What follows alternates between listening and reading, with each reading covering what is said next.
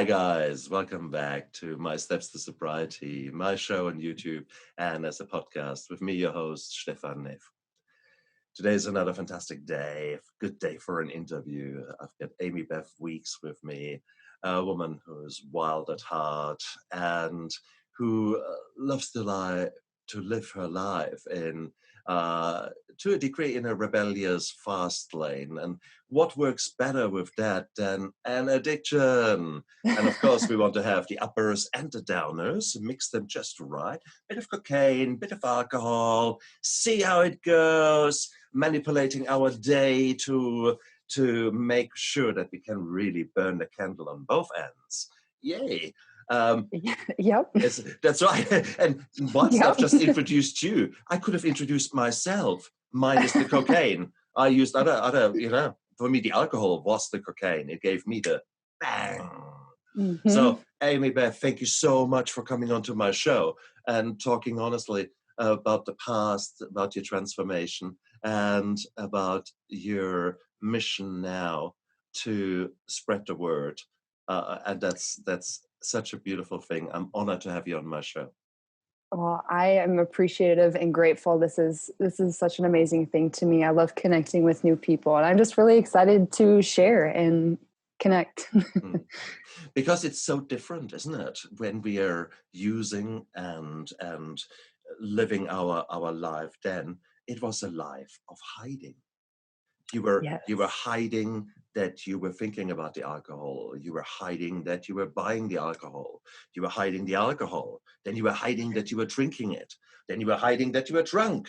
And then you were hiding that you were hungover. And in between there's something missing, but typically you were comatose. So it was a busy, busy life for me. I was hiding all the time. And here we are, suddenly, you're on a YouTube channel who maybe, well, hopefully soon, thousands of people subscribe down there, subscribe. Preliminary messages, the subconscious. Okay. The reality is we were hiding so much. And it is, when I look back and compared it with now, my God. Was it the same with you? Were you a hider? Yes, I very much had a dual life is what I like to call it. And I've seen a lot of different stories with that. And I think it's everywhere with alcoholism and addiction, but I was a co-founder, business owner with my best friend. And I also had my private life. And I would find myself saying to people that I would party with, like, don't tell them, they don't know. Don't tell them, they don't know this about me. They don't know that I am going to the bathroom 15 times a night to put cocaine up my nose. They don't know that I'm staying up until the hours of 5, 6, 7 in the morning, sometimes 11, and then getting up, not sleeping for 48 hours and going and doing my work. So secret, yes, absolutely. 100%. And we call ourselves high functioning then. And isn't it the high functioning alcoholics defined as someone who can sort of still have his life together? And we live in this beautiful bliss that we believe no one knows about it. No one sees that. It's so funny. So I was just thinking to myself, I'm like, you think that nobody knows, and you think that you have all this stuff together, and you think that you're high functioning, but like, are you really? Exactly. Are you sure? Mm-hmm. I wouldn't call myself functioning. I was holding it together. I think that's fair. But also, you don't know how you come across. I remember many years, decades ago, I was working as a night nurse. So as a junior doctor or as a student, medical student, you could work in a hospital as a nurse. Mm-hmm. So I did that, and there I was responsible for a whole night and looked after the patients there. Towards early morning or late, just about half an hour, so before the handover, I was so tired. Oh my God. And my best friend, he had dated a pharmacist. So the pharmacist gave him and me here, these tablets, they're really good. They keep you awake. They are just, if you really struggle, that's really good. So I thought, hey, this is okay. Thank you very much. It's a pharmacist, after all, who has given us that.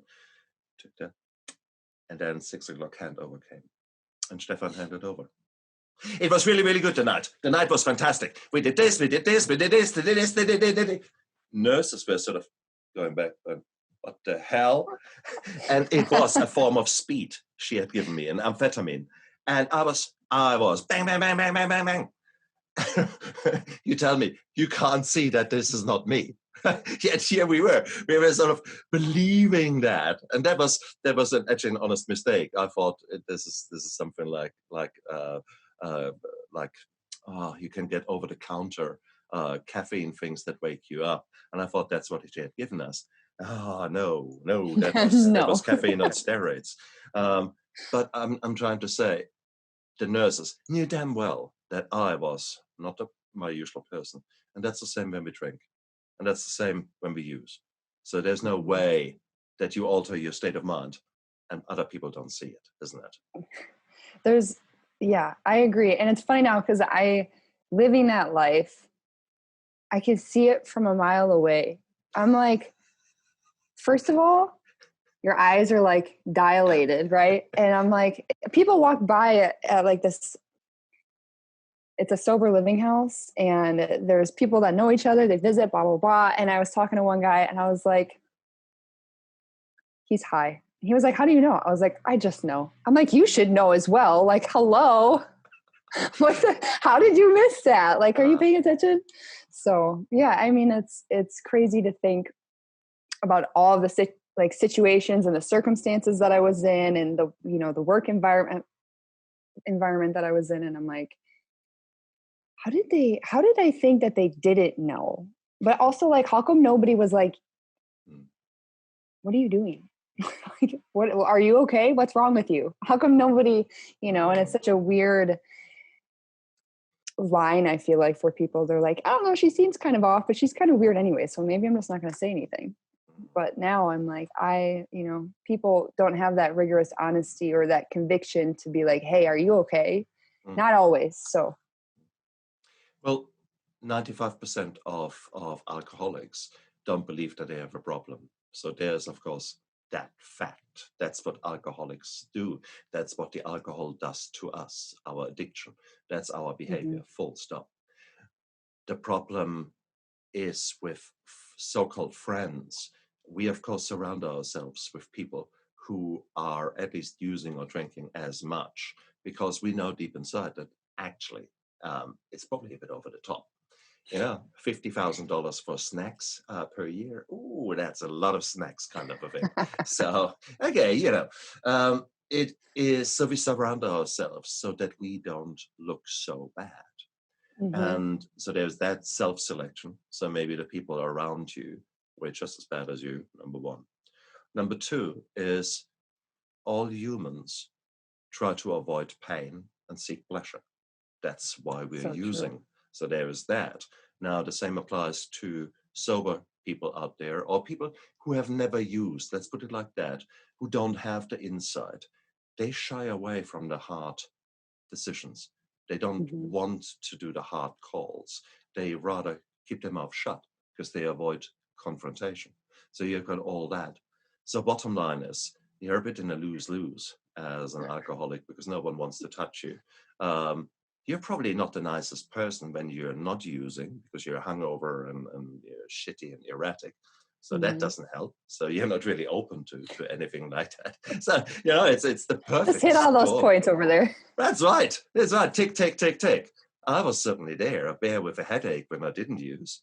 And then finally the release, me floating away on this wave of alcohol floating away from the pain, somehow thinking it's no longer there. Whilst really I tried to drown the sorrows, and guess what? They can swim. They swim better than I do. So that's the problem, true. Isn't it? So yeah. When did you start as a young woman? When was the first drink you've had that you remember? Whoa, that's good. Oh, first drink that I remember. This is a hard question because it intertwines into my childhood trauma, like family hereditary alcoholism. So I actually grew up watching my father be an alcoholic. So I was very much like trying to be in control and self-aware with my usage as a child, because I was also diagnosed with ADHD at 5. And then I was diagnosed with some other stuff along the way, so my first drink, well, it was still pretty young. I would say probably around the age of 10. Mm. But it really wasn't progressive, if you will, until the end of 2018 going into 2019. So it was really recent that I got into that life and those triggers and that state of disease. Very interesting to hear that, because obviously you have seen the negative sides of being the daughter of an alcoholic.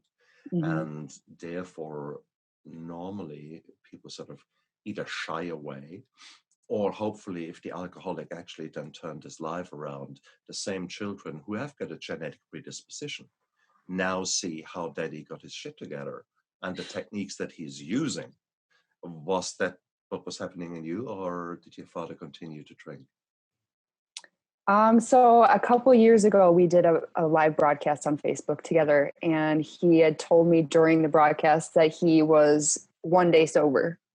And we talked a lot about our past history and stuff like that. And so then we went and did a 40-day sobriety thing together.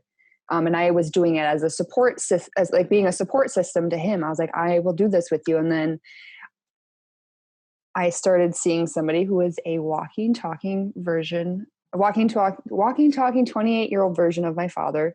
Good guy.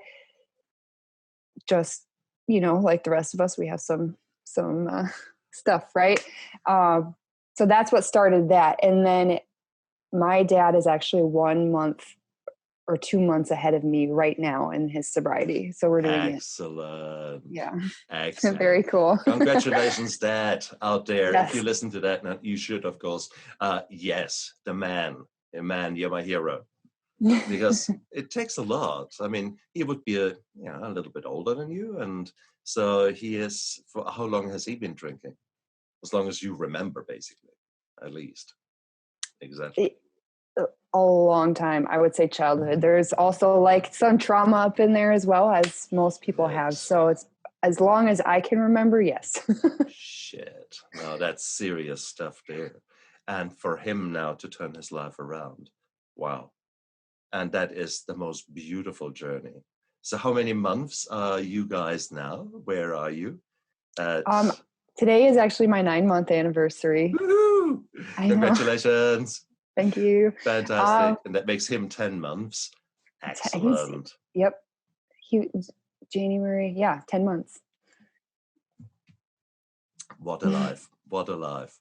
And I give you a sneak preview.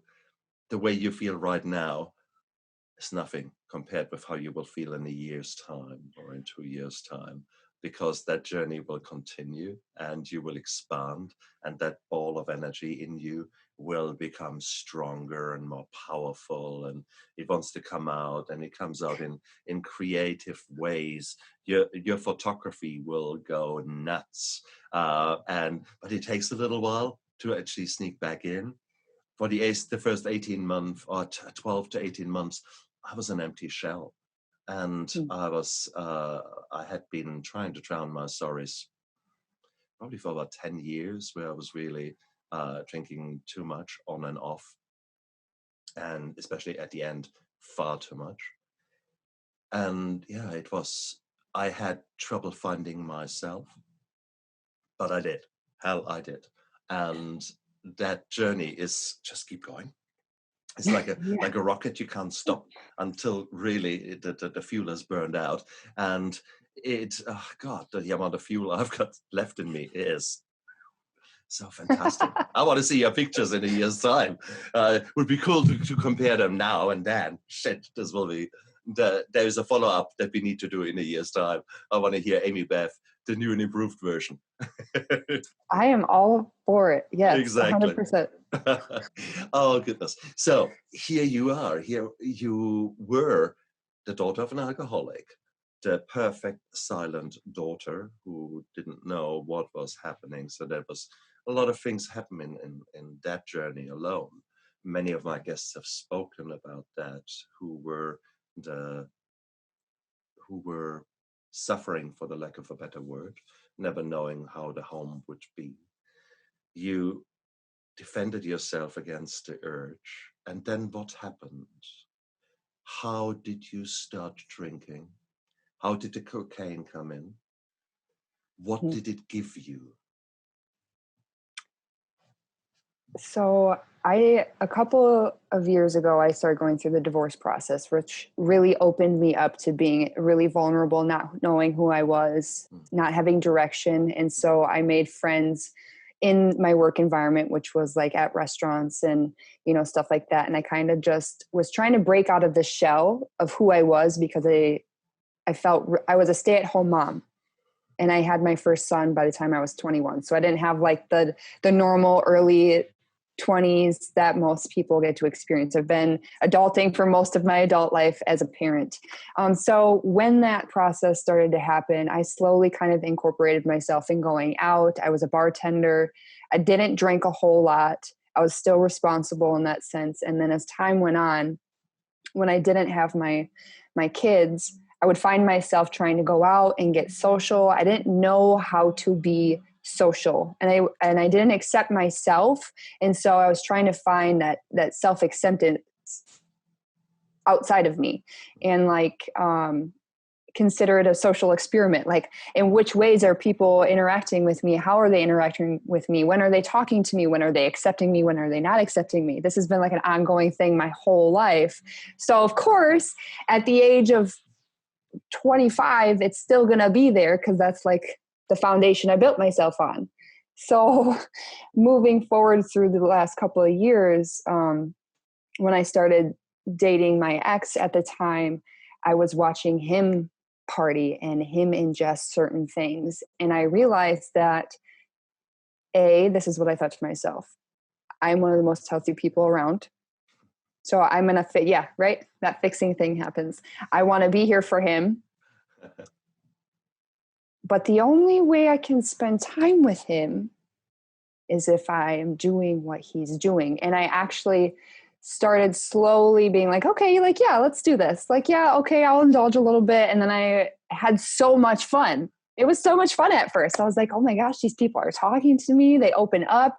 There's like this in-depth of people that comes out when they're doing that. But it's in such a negative space, but you don't realize it because you're connecting on such a deep level. And that is like, for me, connecting with somebody in that space is like, that's my jam. Like, let's get down to like the raw nitty gritty stuff, because that's like where I thrive. I love talking about that. So I found that when people were doing mass amounts of cocaine, they were like, yeah, let's talk. I'm going to tell you all the things that I wouldn't normally tell you.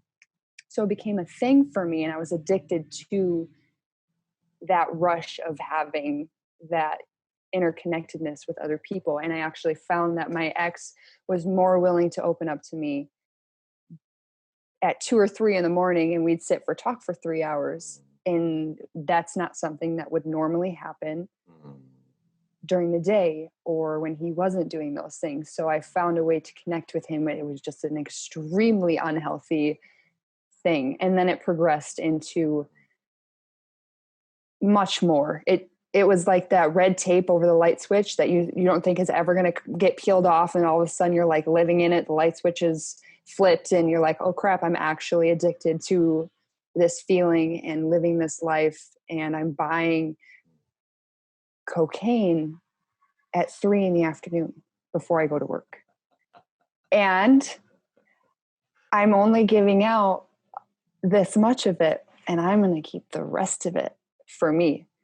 And so I'm like, here you go. I got some for you, but yeah, I'm not going to tell you about what I have over here in my left hand. So that's kind of what it turned into for me, and which is a huge problem. So it's like. Out of interest, how much does cocaine cost, or did cost a year ago? How much was it? How much did you spend? I was spending usually around $100 for like 1.5 grams of cocaine. How much would you use I've never used cocaine, so I haven't got a feeling with regards to how much you use in a go. Well, 1.5 grams between a lot of people doesn't go very far, especially if there's like 10 people. You can go through that in a night very easily, a half a night. If I'm holding on to it myself, depending on the night that I'm having, it can last me a week, which really is not that long, but I would probably go through it in a couple of days. Right. If not an entire night, depending on how many people were out. If I was uncomfortable, if I was trying to get out of my shell, I would do more. Of course. It's a beautiful self-medication that we are doing there, all to our state. So I'm just doing the maths. So let's give you the benefit of the doubt. Let's make that at the end of your addiction. Let's make it 2 nights that it lasted you. So that's $100 in 2 nighs times 15. It's $1,500 US dollars a month times 12.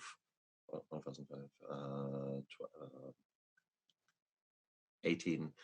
So that's 18,000 US dollars just for snacks.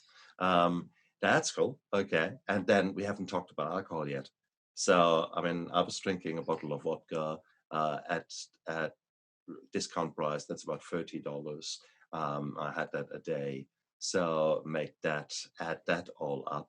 So you're talking with you and then making wrong decisions when you're pissed, etc.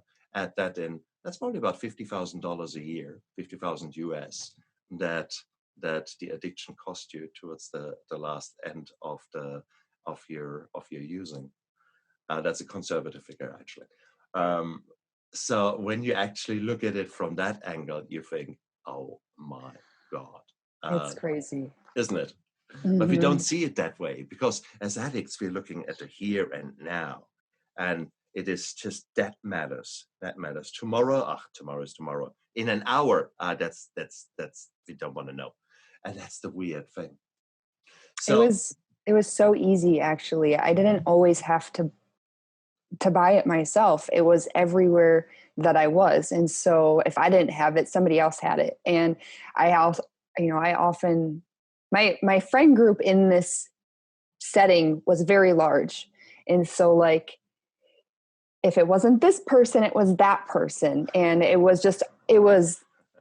like, hey, do you want to, and I'm like, yeah, for sure. And I would sometimes get people that would walk up to me, shove stuff in my pocket. And I was like, what are you doing? And I'd take it out and be like, oh, thanks. And they would just give me things. And that was all the time. And it wasn't just cocaine. It was like, people would give me Adderall. And I actually didn't I don't like pills. I don't like Adderall. As being prescribed to it as a 5-year-old, it was one thing that I learned to loathe is taking any kind of pills. So if it was powder, I was more willing to be like, okay, the pill form, no, thank you. really weird. Isn't it amazing how our brain sort of weaves itself through this addiction? It's just, nuts. And that's interesting. May I say, you are a very beautiful woman. You are a woman who is outgoing even now. And certainly once you were under the influence, you would have been a bouncy ball of energy, which makes you extremely attractive to anyone. And that's the reason that boys talk to you. You're still the same beauty, but yeah, it's that energy that we all so seek. You, if let's put it like that, you're working in a high-risk environment, you're essentially incapacitated. There is 1% of the population are psychopaths and sociopaths. 10% of the population are personality disorders. Where there are some near misses, as far as people trying to take advantage of you.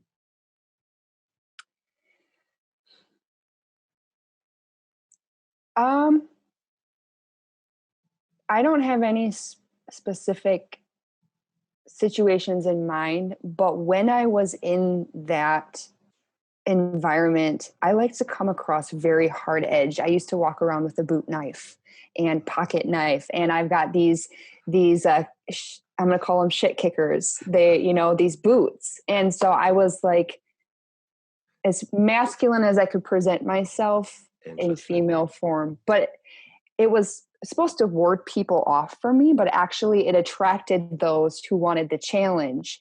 And that was fun for me in a certain way, because I'm like, I know that actually I got myself no matter what happens, which is kind of a really weird mentality, because I am still female and susceptible to different possibility of things happening. Right. But I was like, I know that I got myself no matter what, but they liked the mental challenge. And it was really fun for me, because I'm not like, I don't jive with the surface level, like give me something fun. And so it was a game for me, and it came across in my persona, and I knew it, and I would show up that way.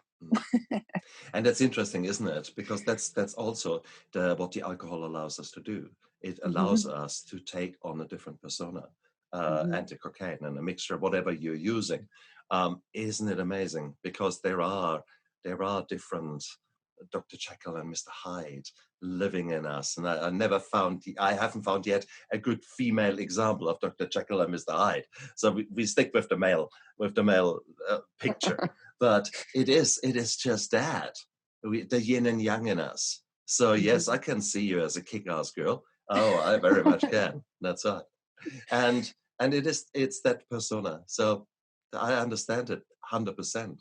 And for you guys out there, if you are listening in, maybe because you're a relative of someone who is caught up in addiction and you want to learn more, it is what it is, guys. What you're hearing there is two addicts actually talking really honestly about us being unable to live out our dreams. So unless we're using, and then suddenly we can dress up, and we both have moved on a bit from fairy princesses. I looked ever so nice in a tutu, but that's another story.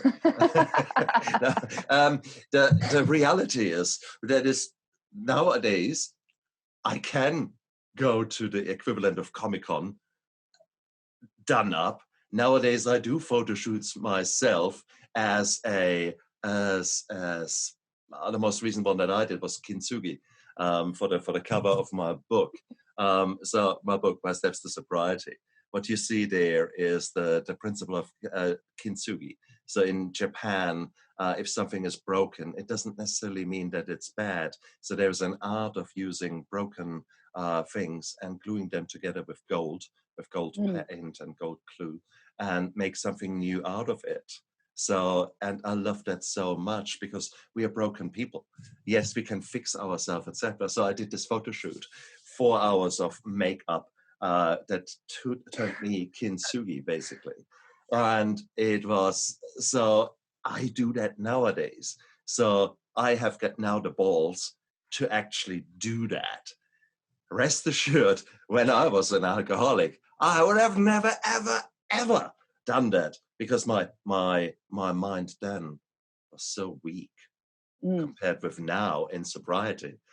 Sobriety has changed me hugely, and into definitely a very, very cool dude, without now blowing too much of my trumpet. But I like myself. I love myself. And that self-love, that was zero existence when I was using. I was a wreck. I hated myself. How was that developing with you? I mean, it's all quite nice whilst you're on the cocaine and whilst you're, hey, yeah, it's cool. But then you would have had far too many tequila, far too many, whatever your poison was. And then the next morning's typically not so pretty. How did you like yourself then? Well, I never drank tequila too much. It was not my thing. Polish brandy was my thing. Oh. And yeah. Just wanted to throw that out there. Exactly. Just you get just anyway, sense of self. I don't think that I've ever liked myself, and I think I never liked myself as a child, and it's just something that I covered up in myself. So that attic has been in me my whole life. my whole life. And I can see it now looking back. I'm like, oh, that's what that was. I can see it. So I never really liked myself. I never thought that I was good enough. And being diagnosed so early with ADHD and seeing the difficulties my father had, even that young, I feel like I was very observant, I guess is maybe the right way. So I had this complex that I had to show up in a different way to be liked. I couldn't be who I was because I have to take these things and it makes me feel different than who I am. So I must then, in fact, actually have to be somebody else. So I actually found myself dressing up as time went on through my childhood in different ways. I noticed that if I dressed in all black and I wore my hood, nobody would talk to me. So if I needed a day for nobody to talk to me, you bet I would dress in a way that was not welcoming. And then I would be like, I'm going to get dressed up. I'm going to be girly. And everybody would talk to me and everybody would say hi to me. And so it was like I said earlier, an ongoing social experiment for myself to see what side of me people liked. And so did I ever really like myself?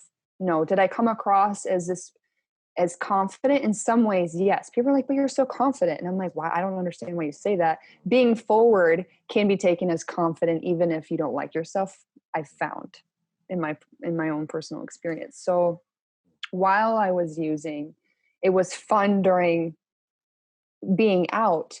But when I went to go to sleep at whatever time that was at, I hated myself so much. I hated like just desperately wanted to not be who I was. I just wanted to be better. I wanted to just be somebody else, And so that eerie feeling at 7 a.m, 8 a.m, 9 a.m, when the person next to you is passed out, doesn't have an idea as to what is going on with you, and quite frankly, doesn't probably care too much. And you're sitting there thinking, should I get up and try to force myself to puke because I've done so much? And I'm afraid that if I fall asleep, I'm not going to wake up. What am I supposed to be doing today? What if my kids saw me this way? I did not like myself. Not at all. That again, we're in the grip of such a powerful force that I don't know how many bottles I've poured away in the morning, and stuff that sometimes the one bottle of vodka was not enough, so you open the second bottle, and then when you finally wake up again the next day, there's 3/4 of a second bottle left. How many of them have I poured away with the conviction, today's the day, today I stop, that's it, I feel so shit, enough is enough, I can't even remember what I did last night, now down the drink you go, empty, see, I've done it. And yeah, and maybe my hangover was so bad that day that I really didn't drink that night because I was still sick like a dog in the evening. So therefore then, okay, next day came around, I felt okay-ish, human-ish again. And then, by lunchtime, oh, we should celebrate. We should, oh no, today's a bad day. Oh God, you have really deserved that. Come on, have a drink. And there you go. So please, been there, done that. Honestly, it is. And just describing it again, I'm my mind is drifting back and is reliving some of these moments, and my whole body is changing as I'm sitting here. There's a pain growing in me, just even now thinking about those moments. I feel muscles going tight that I don't want to go tight, because I was having a really good time talking to you. But isn't it amazing, just the sheer thought transplants me back into that shithole of a life that I had created for myself. Yes. I try to explain it because a lot of people around me haven't experienced what I've experienced, and not that I would ever want them to, but I'm like, it's like a physiological thing. I can feel it in my body. My hands start to perspire, my body tenses up, and it's almost like it's 7 a.m. and I'm laying in bed like I was a year ago, like afraid of myself. And it gets brought on by certain circumstances or things. And if I let it linger too long, all of a sudden I'm reliving it. And it's really difficult to even describe to somebody that doesn't understand like that addiction trauma is there, and does it lessen over time? I don't know. I'm only 9 months in, and I say only, that's a long time. So I'm going to give myself some credit, but Please.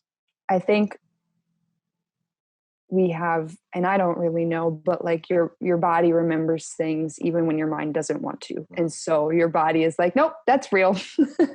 That was real. This is how you felt. And I actually just recently experienced that. Last week, there was a situation that had happened, and I was out with a bunch of my friends for the first time, and since I've gone out, the last time I went out, and I had been awake until 5 a.m. And I'm watching the clock as the situation is happening, and it's 3:30, and then it's 4:30, and then it's 5, and I'm like, my heart's beating out of my chest. And I was like, nobody actually asked if I was okay. And it was this whole thing. And my friend was like, I'm so sorry. I'm like, it's okay. It's a bit of self-projection onto you on my part that I'm so selfish as you have this going on. But I'm sitting here thinking, nobody even asked me if I'm okay. And I'm the alcoholic and I'm the addict. And I was, yeah, it's a real thing. Interesting. Mm-hmm. Interesting, because I have actually not gone back into that life. For me, I haven't slept for a long time, and then in rehab I was introduced to sleep again, and I was given medications that helped me to have a better night's sleep and not wake up with all the guilt and shame at 3 o'clock in the morning. And I became so fiercely protective. So nowadays the epitome of torture for me would be to have to go to a nightclub and just stand there and maybe dance, but the music is shit. So nowadays, certainly in nightclubs that are around here, and to see people who inevitably are using either alcohol or whatsoever, making fools out of themselves, and you think, this is such a waste of my time, and tomorrow I'm going to be tired. What the fuck? But I would. This is torture for me. So it's interesting that you went out. It needed to happen. It was the first thing I said to myself when I laid down on the couch was, thank you. I needed this, apparently. Like, I didn't want that feeling to come back, but apparently I needed it. Nice. I was okay. I was enjoying myself. We played darts, and everybody has been really supportive, and I've been so open about my sobriety that people get me soda, they offer to get me water. They're very loving. And so I didn't feel overwhelmed by anybody drinking or anything like that. But it was a situation that had occurred with everybody being intoxicated that came out and then kept everybody awake until the wee hours. Isn't that? And that's exactly. That was the time frame that I was like, I could have actually gone without this. This is what's actually triggering me, because it brought back that internal chaos of previous situations of being out and experiencing that intoxicated drama that lasts, and everybody's so inebriated that they don't have like a sense of like anything except for their own self. The ego. The ego is what I'm trying to get at. So true. So true. And that was what you were yearning in the past. And I remember those discussions. I had some fantastic discussions. It's weird because I probably couldn't remember the next day that I had these discussions. But now I get sort of waves, nebulous memories coming back of very deep things I said. At least they sounded to me like at the time, 3 o'clock in the morning. They sounded deep to me. Right?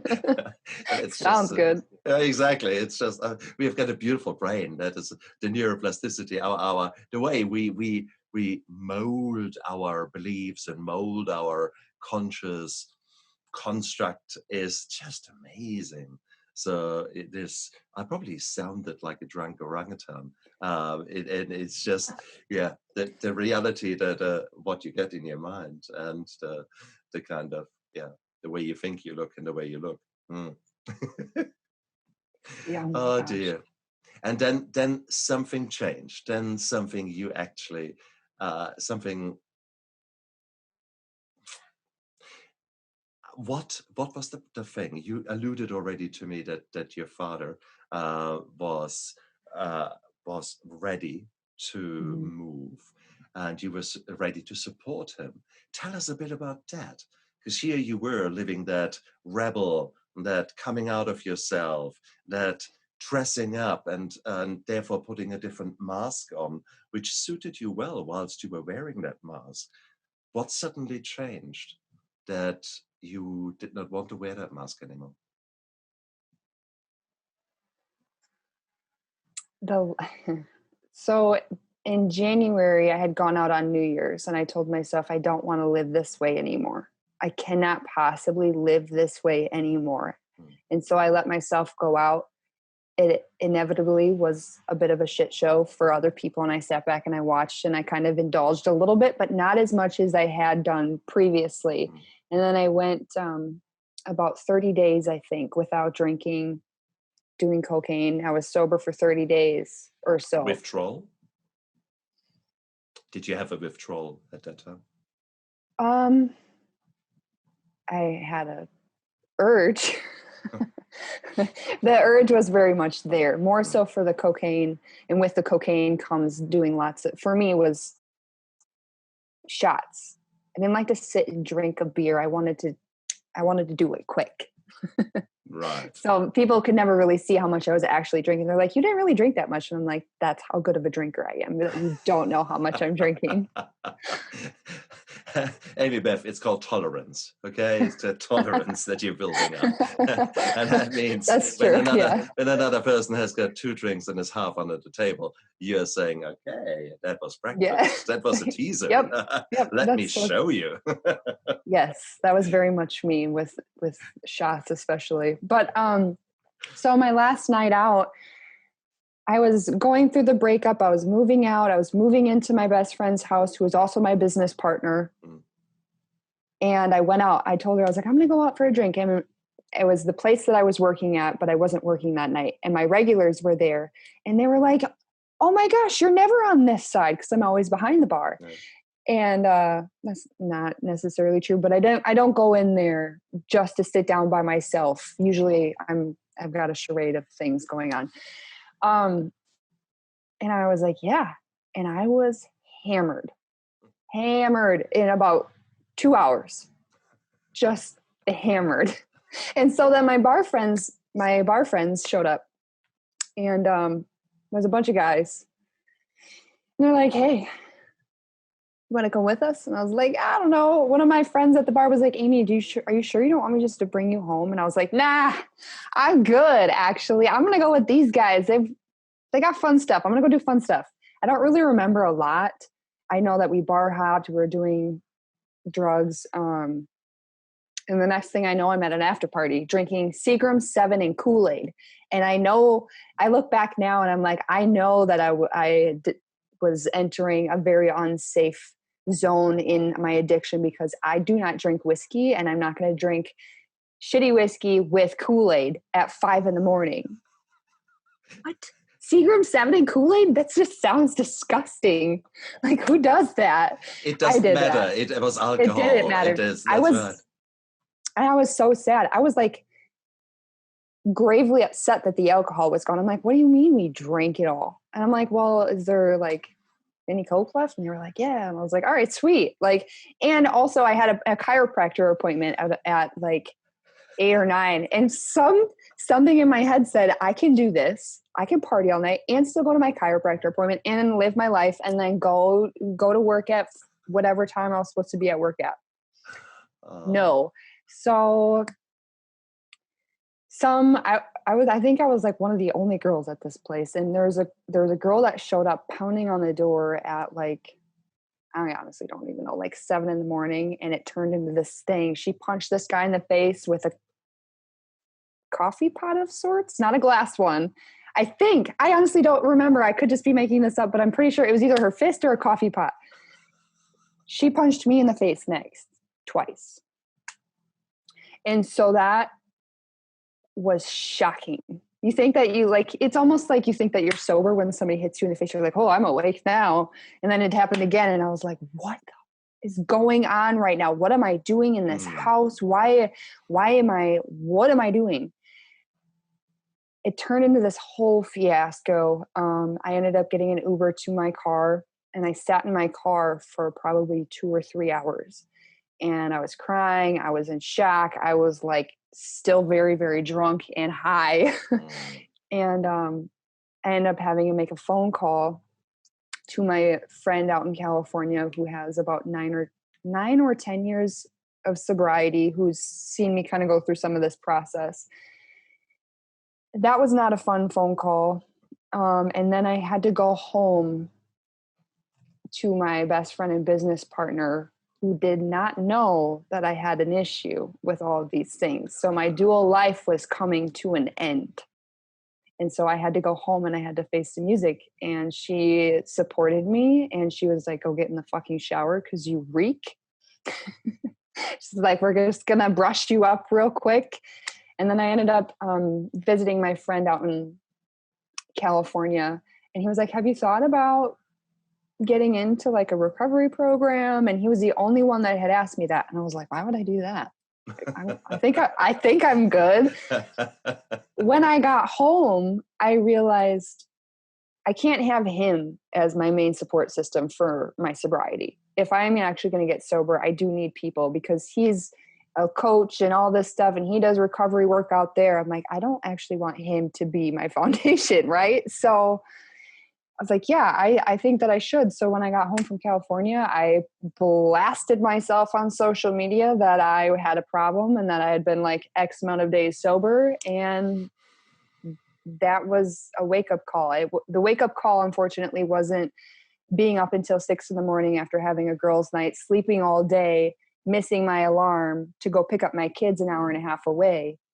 It was the fact that my life forged together, and I had to face the music. I was either going to keep going the way that I was going and say, the hell with all this, I'm just going to go live on the streets and get, whatever, or I'm actually going to get my life together. I didn't have a choice.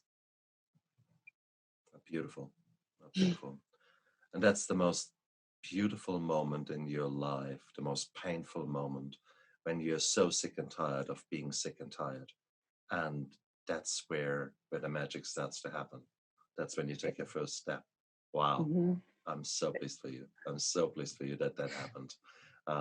It is, and I know it sounds bizarre in a sort of masochistic way kind of thing. Yes, I like your pain. No, it was so necessary. I know, isn't it? I know. If that wouldn't have happened, where would I be right now? Exactly. And the really great part of having that experience is I don't have to wonder, I don't have to worry about it, because I'm in a healthier spot now. Do I have a lot of work? Yeah. Is it never ending? Yeah. But I would much rather feel the pain that I feel sober than ever have to relive in that hopeless state of addiction. And it's funny to think I feel like I was a walking, talking contradiction when I got sober, but I was also a walking, talking contradiction when I started using, because prior to that, like my whole life, right? Prior to that, I was doing live broadcasts. I was talking about statistics and the disease and the epidemic, and I'm going live with my dad and I'm talking about our family history. And then all of a sudden I'm like, I'm going to take a break and I'm just going to go live this life for a quick sec. I'll be right back. And then I got sober and now here I am. So people were like, Amy, did you really have an issue?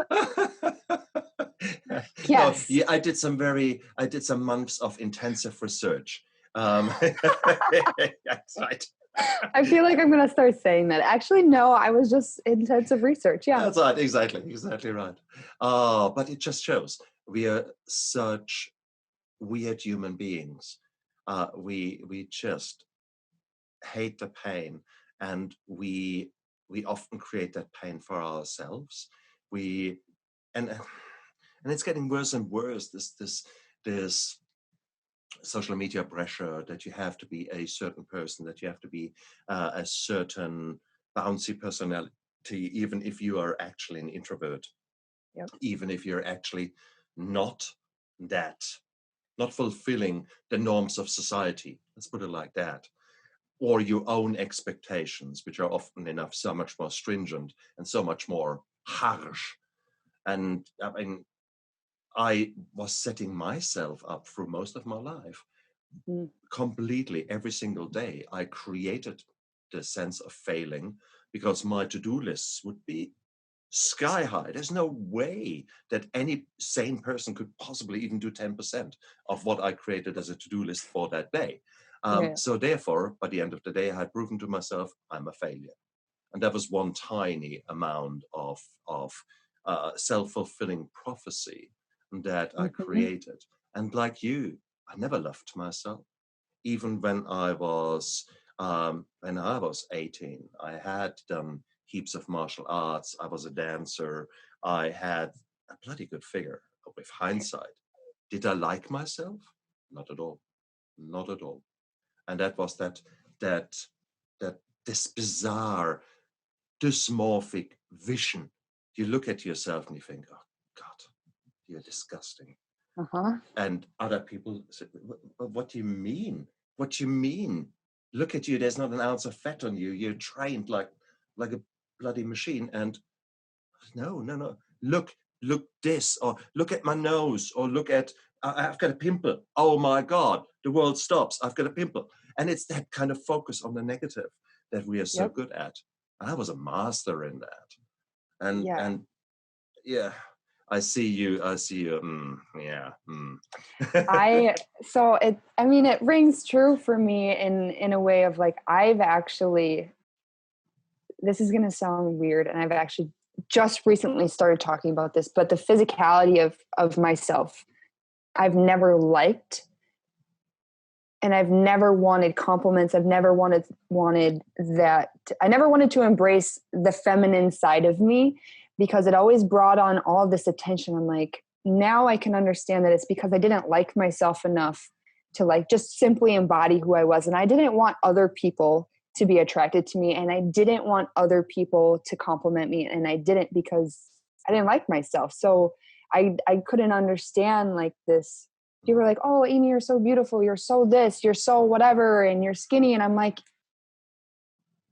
why are you telling me that? Like, I don't like, have you, and it's because my insides were so dark and twisted and just really at war with themselves that anything on the outside of me, I was like, no, gross. What are you seeing? You obviously don't see me. You don't see me, but I also am not letting you see me because I don't like myself. So it's like this double-edged sword, you know? I know, but you don't know yourself. You see, I don't let you see me would imply that you actually know who's in there.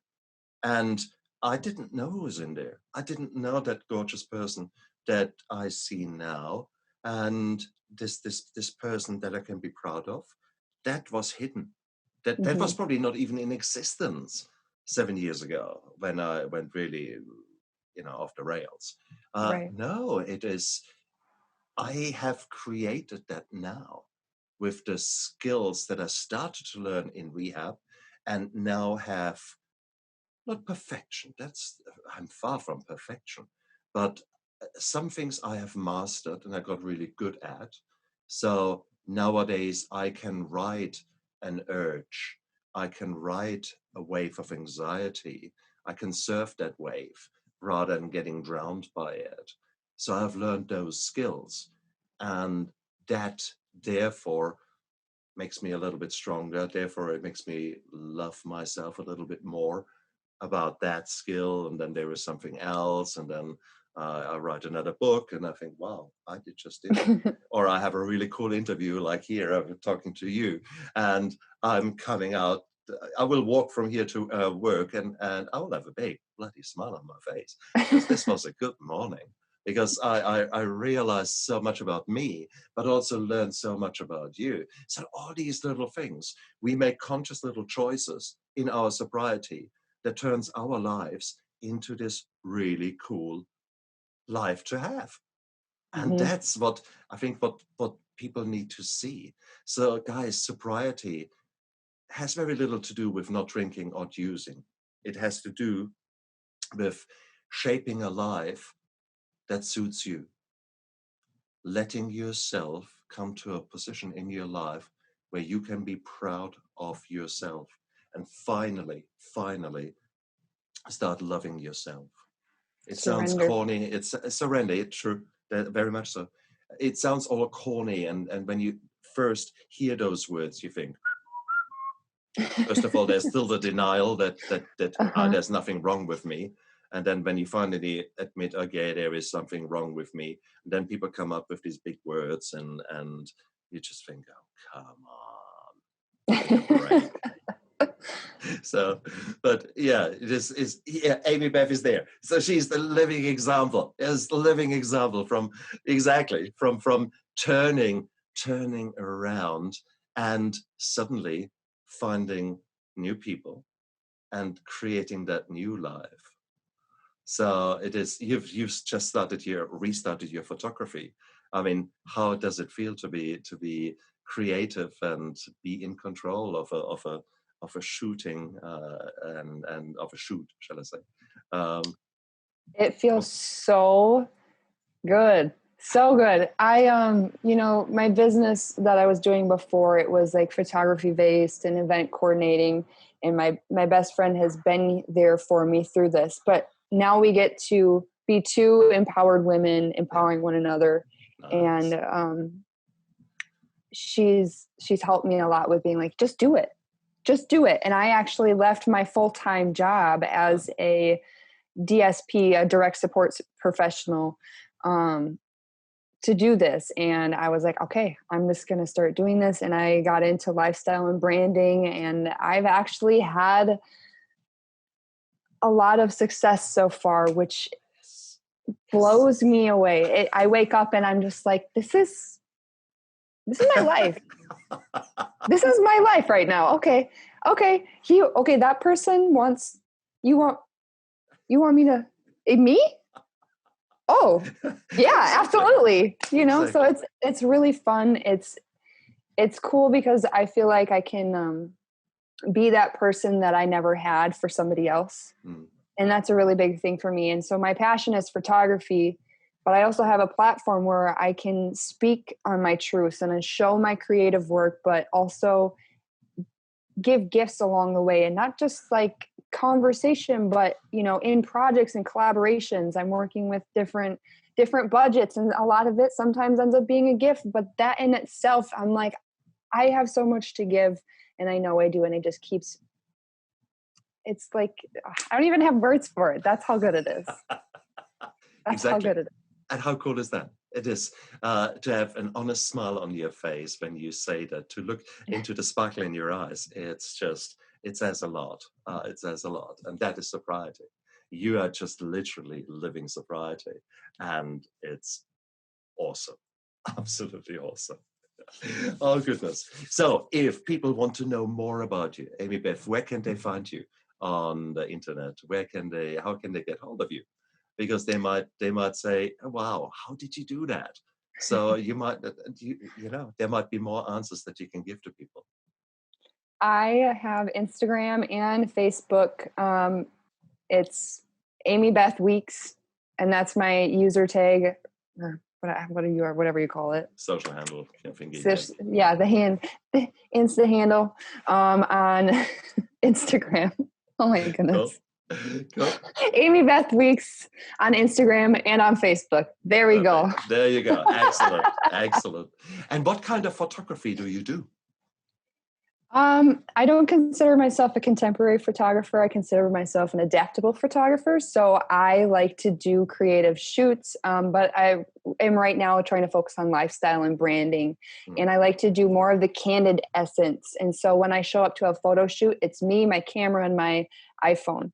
Nice. And I interswitch between my camera and my iPhone. And I don't use a lot of props with lighting and stuff like that. I'm like, I want the raw, real stuff.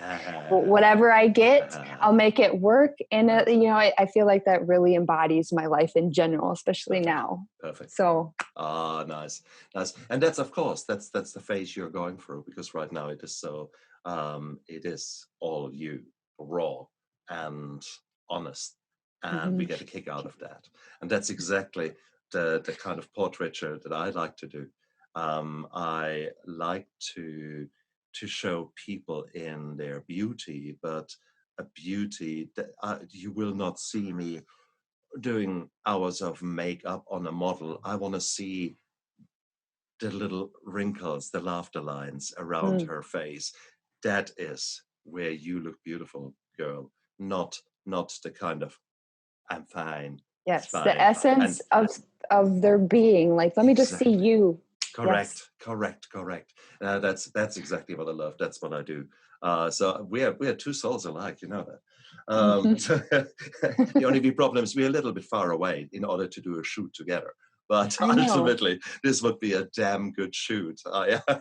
Maybe one day this bloody COVID is finally finished and we can safely travel again. And you come out here, and because our light can be magnificent out here, and the New Zealand, right? Exactly. We have got settings. I mean, Lord of the Rings, for crying out loud. Let's do a nice wild shoot out there. I want to hold you to it. New Zealand has actually been on my top list of places that I want to go to. So you've got a good taste. That's all. No, you're on, girl. It's out there. It's now. I've promised it to you. So Amy Beth will have a fantastic time when she comes out here. I'll assure that. And our camera's going to be red hot. The camera say, "Give me a break." No, red hot.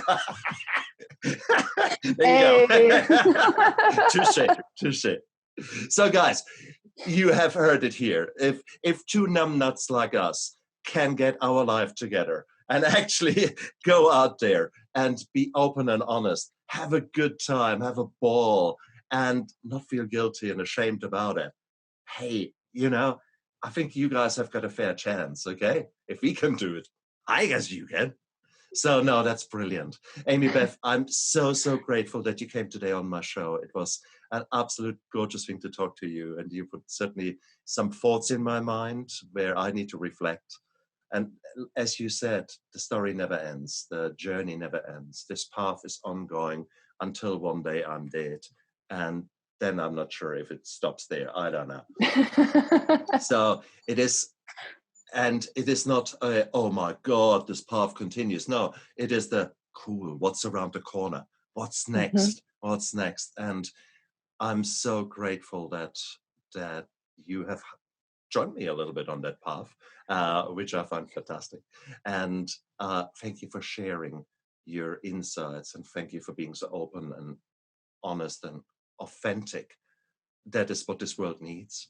We need more people like you who demystify mental health and addiction for what it really is. It is an affliction, it is a problem that we have got, but hey, it is something that you can manage. It is something where we all can work together and give each other a little helping hand, and suddenly you're actually finding yourself in a beautiful group of people that might be very international as it is now. Hey, perfect. I'm all about it. This is what sobriety looks like, making connections with people. Exactly. Because you're not afraid to be who you are.